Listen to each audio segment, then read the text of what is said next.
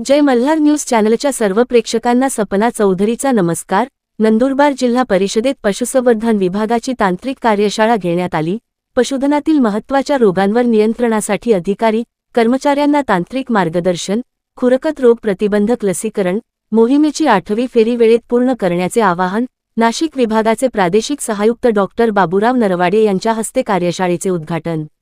नंदुरबार जिल्हा पशुसंवर्धन विभागाच्या वतीने जिल्हा परिषदेत पशुसंवर्धन विभागातील तांत्रिक अधिकारी आणि कर्मचाऱ्यांसाठी एक दिवसीय तांत्रिक कार्यशाळेचे आयोजन करण्यात आले। पशुधनात उद्भवणाऱ्या आर्थिकदृष्ट्या महत्त्वाच्या रोगांवर प्रभावी नियंत्रण मिळवण्यासाठी आवश्यक उपाययोजना आणि आधुनिक तांत्रिक माहिती याबाबत या कार्यशाळेत मार्गदर्शन करण्यात आले। गाय, म्हैस, शेळ्या, मेंढ्या त्यासोबत कुक्कुट पक्ष्यांमध्ये आढळणाऱ्या विविध रोगांचे निदान, प्रतिबंध आणि उपचार पद्धती याबाबत तज्ज्ञांनी सविस्तर माहिती दिली।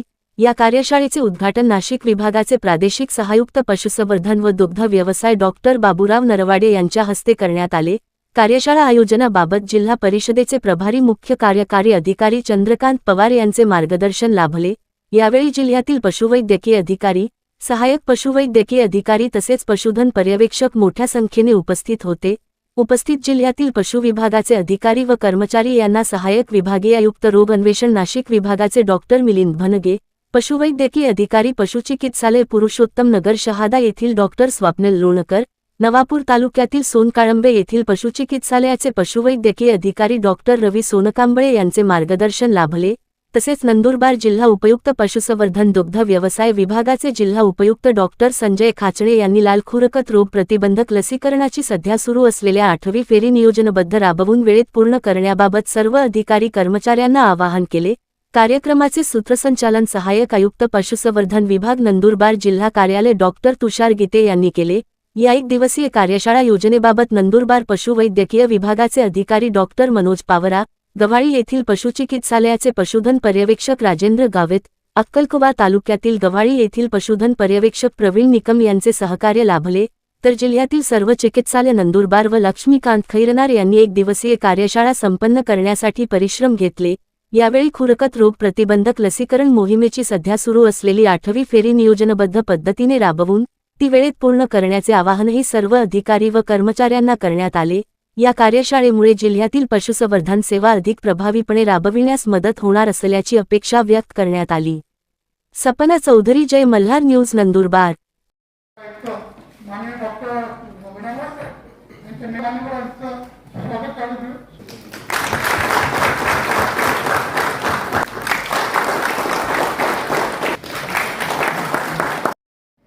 आणि आताच ऐकत होतो आणि त्याच्या अगोदर पण जे विषय आपण घेतलेले आहेत ते अतिशय सुंदर आहेत। मला वाटते रॅबिज आणि एबीसी प्रोग्राम बद्दल घेतलं ना, जो की आजचा ज्वलंत विषय आहे।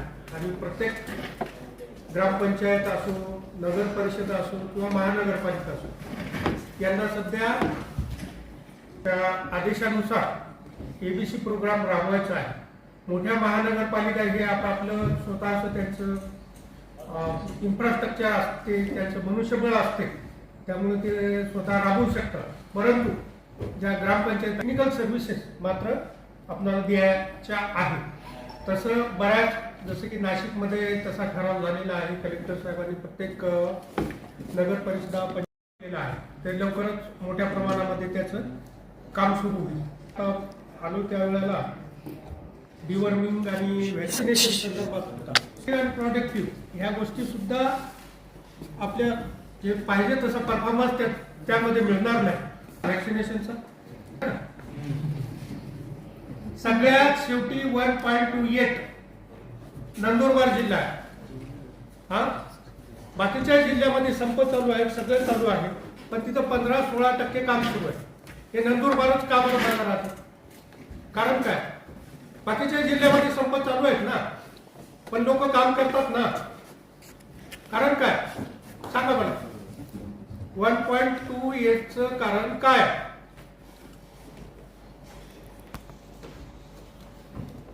तुमच्या collector madam Mithali Shetty madam रोज किंवा 8 दिवसाला साहेबांना, सेक्रेटरी साहेबांना फोन करत असतात। तिथे जे NDDB चा करार झालेला आहे, बाकीच्या ॲक्टिव्हिटी आहे याच्याबद्दलची सगळी माहिती देत असतात. आणि तुम्हाला फॉर युअर काइंड इन्फॉर्मेशन, मी आज तुमच्या प्रशिक्षणासाठी नाही आलो. ते NDDBचं आणि साहेबाचा दौरा आहे, 2 दिवस दौरा आहे नंदुरबारचा. मग मला सांगू नका कोणाचं काय झालं काय झालं. तर एक तर आपण प्रत्येक गोष्टीमध्ये मागे आहे. धड आम्ही वॅक्सिनेशनही करत नाही, धड आम्ही ट्रीटमेंटही करत नाही, ना आपलं टेक्निकल काम आहे, ना आपलं आम्ही वॅक्सिनेशन करत नाही. मग करता काय? गेल्या वर्षीचं कामकाजाचं तुलना केली, ते पण मागे आहे. आता सेक्रेटरी साहेबांना काय उत्तर द्यावं? माझी डी सुरू करणार आहे. जर मला काय हे झालं, तुमच्या DD साहेबाची डी सुरू करणार आहे. शोकाग आलेले आहेत आम्हाला. हे कसं आहे, मग तुम्ही न काम केल्यामुळे तुमचे 1.84 मुळे काय करायचं सांगा. 2 दिवस दौरा आहे साहेबांचा, सांगतो. आणि साहेबांना तर फार आवडतंय की व्हिडी जाऊन पाहायचे, प्रत्येक दवाखाना चेक करणं. ते पहिल्यांदा आम्हाला म्हणतात की आम्हाला दवाखाना दाखवा.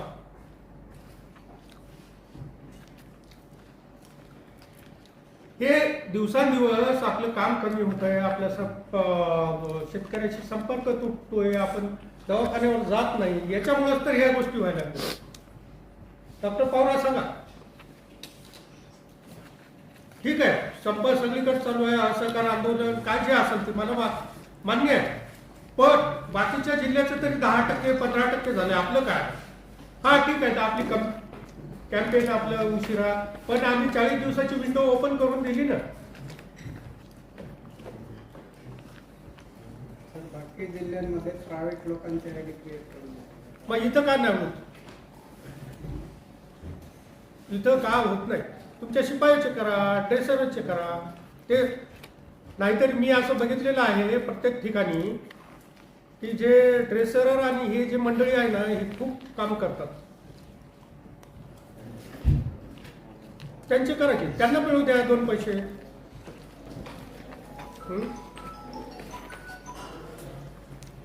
हे बा, तुम्ही करत नाही तर आउटसोर्सिंग करून घेण्याची पण जबाबदारी तुमची.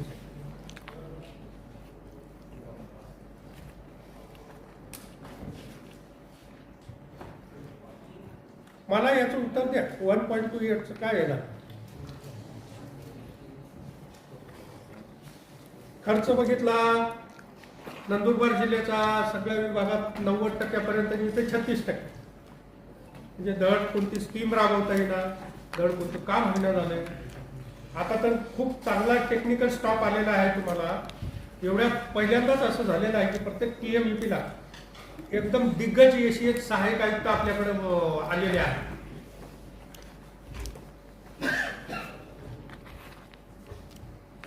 प्रत्येक वेळेला नंदुरबारच्या कामामुळे मला मान खाली घालावं लागतं.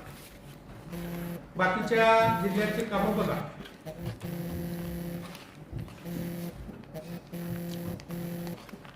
हे बघा, तुम्हाला नाही करायचं कोणाकडून तरी करून घ्या ना. करून घेणं नाही ते पण नाही जमत म्हणल्यानं खूप अवघड आहे. बाकीच्या टेक्निकल कामाबद्दल तर मी बोललोच नाही.